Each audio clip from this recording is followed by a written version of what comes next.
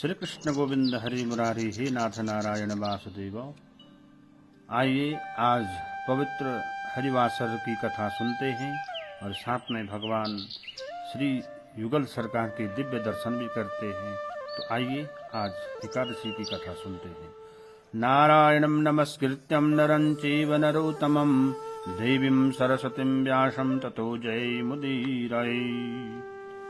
कहते हैं यूं तो सभी एकादशियों के व्रत पापों को समाप्त करके अनंत पुण्य प्रदान करते हैं, परंतु चैत्र मास के कृष्ण पक्ष की इस एकादशी का व्रत तो जन्म जन्मांतरों के पापों को नष्ट कर देता है। सभी प्रकार की समृद्धि, सुख और अंत में मोक्ष प्रदायक एक एकादशी को भगवान विष्णु की पूजा आराधना करने का शास्त्रीय विधान है। अब तक सुनाई हुई कथाओं के लिए भगवान श्री कृष्ण का भांति भांति से साधुवाद करते हुए धर्मराज युधिष्ठिर ने माधव कहा, हे माधव, चैत्र मास की जो कृष्ण पक्ष की है एकादशी है, उसका क्या विधान है और उसका क्या नाम है वो बताइए। भगवान श्री कृष्ण कह रहे हैं, हे धर्मराज, सभी पापों को नष्ट करने वाली एक एकादशी का नाम पाप मोचनी है। इस दिन भगवान विष्णु की पूजा करने का शास्त्र विधान है। आपने प्रश्न पूछा, उसका प्रश्न एक दिन मानधाता ने लोमस ऋषि से पूछा था। तब लोमस ऋषि ने उन्हें जो कथा सुनाई वही मैं तुमसे कहता हूँ, ध्यान पूर्वक सुनो। देवताओं की खजांची कुबेर के बाग का नाम चैत रथ था। उस बाग में गंधर्वों की कन्याएं किन्नरों के साथ विहार करती थी। अनेक ऋषि मुनि भी वहां तपस्या करते थे। उनमें से एक ऋषि थे मेघावी। वो मेघावी ऋषि भगवान शिव का तप कर रहे थे। तो मंजू घोषा नाम की जो अप्सरा थी, उसने ऋषि को देखा तो ऋषि पे मोहित हो गई और उन पे अनेक प्रकार के अपने बाण चलाने बैठ गई। तो जब ऋषि उसकी वेग से भी नहीं रुके तो तब वही कहते हैं, उसी समय वहां पे कामदेव वहां से जा रहे थे। कामदेव ने अपने बाण चला दिए, उससे ऋषि भी विचलित हो गई और ऋषि ने अप्सरा के रूप को देखकर उससे मोहित हो गई और कई दिनों तक उस मंजू घोषा के साथ मेघावी नाम के ऋषि ने वहां पे उनके साथ रमण किया। एक दिन जब वो मेघावी नाम मंजू घोषा नाम की जो अप्सरा थी वो कहते कि हे ऋषि राज, अब मुझे जाना चाहिए, बहुत दिन हो गए।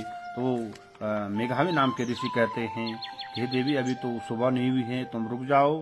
तो वहां पे मेघावी वो मंजू घोषा नाम की अप्सरा कहती है कि हे महात्मन, तुम्हें तो सुबह कह रहे हैं, तो हमें तो कई दिन हो गए हैं, कई साल हो गए हैं।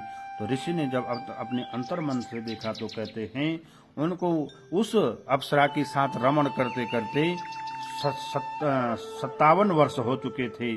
उससे ऋषि को बड़ा क्रोध आ गया। ऋषि ने तुरंत उसे श्राप दिया और कहती हैं कि हे अप्सरा, तुम्हें प्रेत योनि की प्राप्ति हो।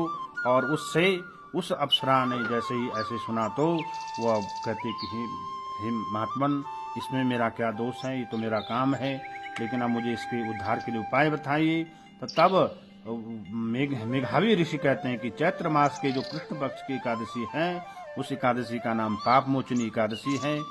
कि हे मंजू घोषा, आप तुम उसका व्रत करना, जिससे तुम्हें 50 योनि से मुक्ति होगी। ऐसा कहकर के मेघावी ऋषि अपने पिता च्यवन ऋषि के आश्रम में चल पड़े।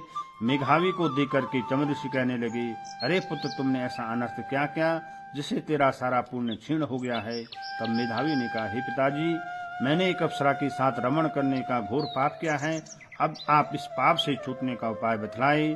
तब च्यवन ऋषि भी वही बात कहते हैं, हे पुत्र, चैत्र मास के कृष्ण पक्ष की जो पाप मोचनी एकादशी का व्रत करने से सब पाप नष्ट हो जाते, इसलिए तुम उसका व्रत करो। पिता की आज्ञा पा करके मेधावी ऋषि ने विधि पूर्वक से इस व्रत को किया और जिससे उसके सारे पाप नष्ट हो गए। उधर मंजू घोषा भी इस व्रत के प्रभाव से 50 योनि से मुक्त हो गई और दिव्य रूप धारण करके वह पुनः स्वर्ग लोक हो गई। लोमस ऋषि कह रहे हैं कि मानधाता राजा से, हे राजन, पाप मोचनी एकादशी के व्रत करने से सब पाप नष्ट हो जाते हैं। इस कथा को सुनने तथा पढ़ने से 1000 गौदान का फल प्राप्त होता है और इस व्रत को करने से ब्रह्म हत्या, गर्भपात, सुरापान, गुरुपत्नी से प्रसंग आदि जैसे सारे पाप नष्ट हो जाते हैं और अंत में स्वर्ग की भी प्राप्त हो जाती है।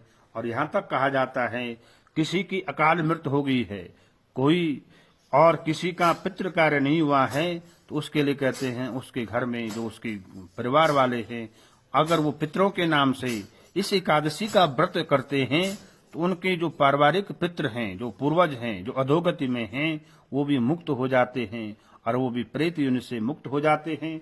तो एक एकादशी का जो व्रत है पितरों को भी मोक्ष को देने वाला है और स्वयं भी जो इस व्रत को करते हैं उसको जाने अनजाने में जो उसके पाप हैं वो भी नष्ट हो जाते हैं।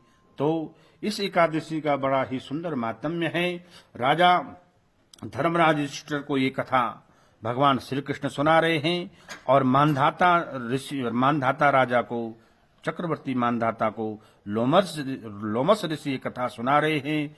और इसमें कहा गया है, इस एकादशी में कहा गया है, जो साल की 24 एकादशियां आती हैं उनमें से अधिक मास की जो एकादशियों को लेकर के सबसे बड़ी बात यही है कि इस एकादशी में विधि पूर्वक से व्रत करने से, दिन भर भगवान का अष्टाक्षर और द्वादशाक्षर मंत्र का जाप करने से, और साथ में एकादशी का सबसे बड़ा उत्तम मातम्य है वो है कि रात्रि जागरण है। इसमें रात्रि जागरण करने से कहते हैं जन्म जन्मांतर के पाप नष्ट हो जाते हैं और मनुष्य को समस्त वो सारी चीजें प्राप्त हो जाती हैं, उसकी सारी मनोकामनाएं पूर्ण हो जाती हैं और उसके ऊपर भगवान की अति कृपा होती है। तो आइए इस दिव्य और पुण्य एकादशी का व्रत करें और साथ में भगवान श्री युगल सरकार का दिव्य दर्शन करें, भगवान का जो मंत्र है उसका ध्यान करें।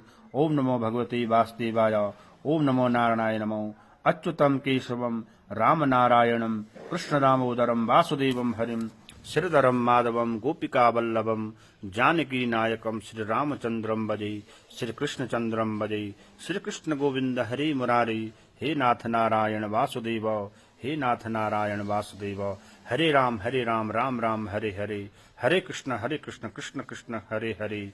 ओम जय श्री राधे, जय श्री कृष्णा। बोल राधा कृष्ण भगवान की जय, बद्री विशाल भगवान की जय, द्वारिकाधीश भगवान की जय, जगन्नाथ भगवान की जय, श्री रामेश्वर भगवान की जय, श्री राधा कृष्ण भगवान की जय, सियापति रामचंद्र की जय, सभी देवी देवताओं की जय। बोल बांके बिहारी लाल की जय। जय जय श्री राधे। बोल एकादशी मात की जय। राधा